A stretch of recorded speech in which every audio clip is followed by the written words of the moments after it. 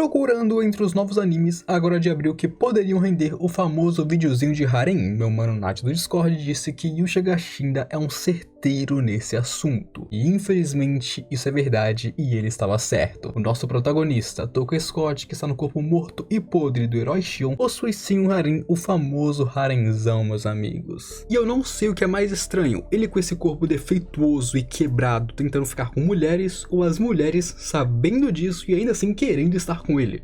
Os dois são muito estranhos pra mim, cara. Enfim, o Touka Scott tem sim um harem em Yusha Gashinda e hoje nós vamos falar sobre ele. Vamos começar com a heroína principal da história e aquela que colocou o Touka dentro do corpo de Shion depois que ele matou o herói, e essa seria a Anri Ainsworth. A Anri, como já sabemos, é necromante e ex-companheira do herói Shion em sua jornada, sendo uma das poucas necromantes ainda vivas dentro desse mundo. Após a morte do Shion, ela reviveu seu corpo com sua magia negra ao colocar a alma do Touka, o homem responsável pela morte do herói, dentro do seu corpo. Afinal, o mundo precisava de um herói para derrotar os demônios. Ela é uma garota determinada e um pouco infantil, tendo sido protegida desde tenra idade pelo antigo herói, que foi criado ao lado dela como se fosse um irmão mais velho para a mesma. E embora ela seja como uma irmã mais nova para Shion, o antigo herói, ela ainda se apaixonou pelo Touka depois de tudo que os dois passaram juntos dentro da série. Sim, ela se apaixonou pelo cara que matou o seu meio-irmão e tá no corpo dele. Ela é um meio-demônio que atualmente é a rainha demônio do mundo do Touka. E alguns podem se perguntar por que diabos ela sempre tem catarro saindo do nariz desde o começo da série, mas isso é apenas um efeito colateral por causa do baixo nível de mana na atmosfera, e isso influencia muito ela, afinal ela precisa de mana para poder viver, já que é um meio-demônio. Onde ela supera isso e só fica realmente bem mais tarde na série, depois que alguém cria um artefato que forneceria mana para ela, mesmo com a baixa mana atmosférica. Seguindo então, nós temos a segunda heroína principal, que também é uma das protagonistas femininas da história, e ela seria no caso a Yuna Yunis. Nesse caso, a Yuna seria a deuteragonista da história, a personagem que está sempre ao lado do Touka. Por exemplo, ela é a Killua do Gon,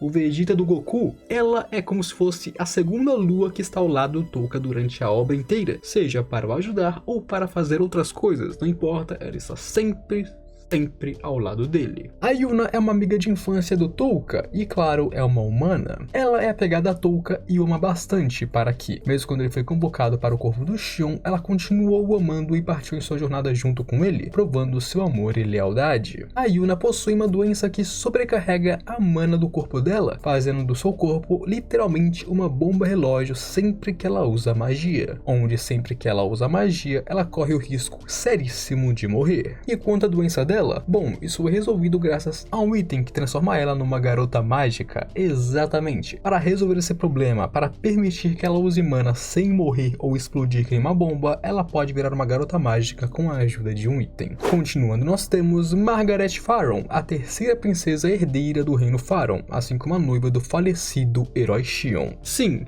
ela era a noiva do Shion e agora está no harem do Touka.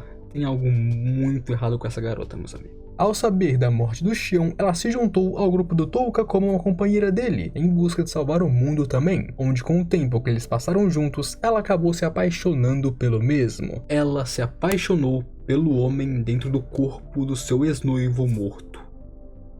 Tá bom, né? A Margaret tem uma condição onde sempre que ela come, ela fica extremamente inchada e ganha peso rapidamente, e quando ela fica sem comer, ela seca como se fosse um esqueleto da mesma forma, se tornando uma múmia sem carne e apenas osso. E ela se apaixonou pelo Touka quando ele elogiou ela em sua forma gorda, tipo, ela comeu, ficou inchada e ele mesmo assim elogiou ela, e assim ela gamou nele e se apaixonou pelo protagonista. Ela é uma garota alegre e inocente, além de também ser meio demônio, mesmo que não tenha nenhuma característica deles, pelo menos no momento. Seguindo em frente, nós recebemos aqui no vídeo Millie Yunis, onde, se você consegue ver o sobrenome dela, você já sabe que o nosso protagonista está traçando irmãs, meus amigos. Isso mesmo, Millie é a irmã da Yuna, sendo a irmã mais velha dela e também uma amiga de infância do Touka, e o cara não perdoa ninguém. A Millie é uma aventureira e uma excelente espadachim, ao ponto de até mesmo ser chamada e glorificada como uma heroína pelo seu povo. Esse é o ponto que ela é poderosa e famosa dentre as pessoas. Ela também tem a mesma doença que a Yuna, tanto que é por isso que ela seguiu o caminho da espada. Afinal, com a espada, ela não pode nem precisa se tornar uma bomba relógio em todas as batalhas. ela é extremamente ciscom com a sua irmã mais nova, além de que também tem uma quedinha pelo Touka, mas não admite isso nem a pau, a famosa Tsum Tsum. Continuando aqui, nós temos a mulher humana chamada Æthelborg 9, que por acaso também é a mestra do Touka. Além de irmãs, ele está passando o rodo em professoras também, simplesmente uma lenda, esquece. Ela é a mestra do Touka e uma milf de muito respeito, se é que vocês me entendem, meus amigos. Seu estilo de combate é ser uma ladina, a famosa mulher furtiva que entra no seu quarto e você nem vê. Ela trabalha como ladina há muito tempo, sendo uma especialista em armadilhas também. Tanto que foi ela quem ensinou ao Touka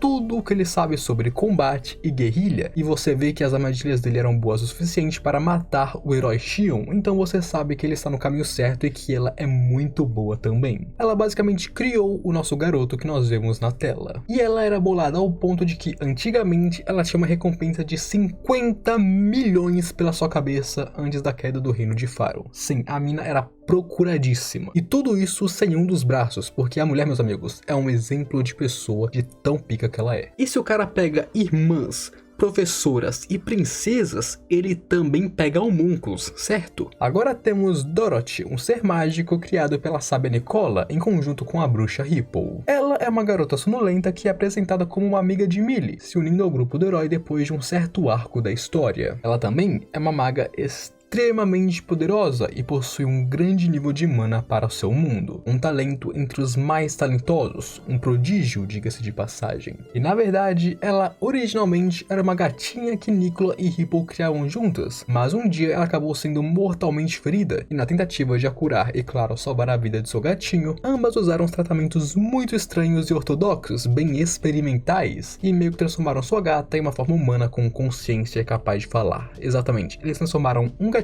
nessa belezura que nós estamos vendo na tela. E falando na sábia Nicola, ela também está no harém seguindo logo a lista atrás de sua criação, meus manos. A Nicola é uma sábia que está determinada a reviver sua amiga Ripple, que já está morta atualmente. Porém, por causa de umas escolhas bem erradas, ela acabou entrando em confronto contra o grupo do Touka, sendo uma inimiga deles. É aquela famosa situação, certo? Inimigos ontem, amigos de cama hoje. E depois que a situação foi resolvida, ela se apaixonou pela gentileza do Touka, embora não faça ideia de qual gentileza que esse cara possui. Pra mim, ele é um lixo. Não no sentido ruim, ele é da hora, é só que a personalidade dele é meio, né?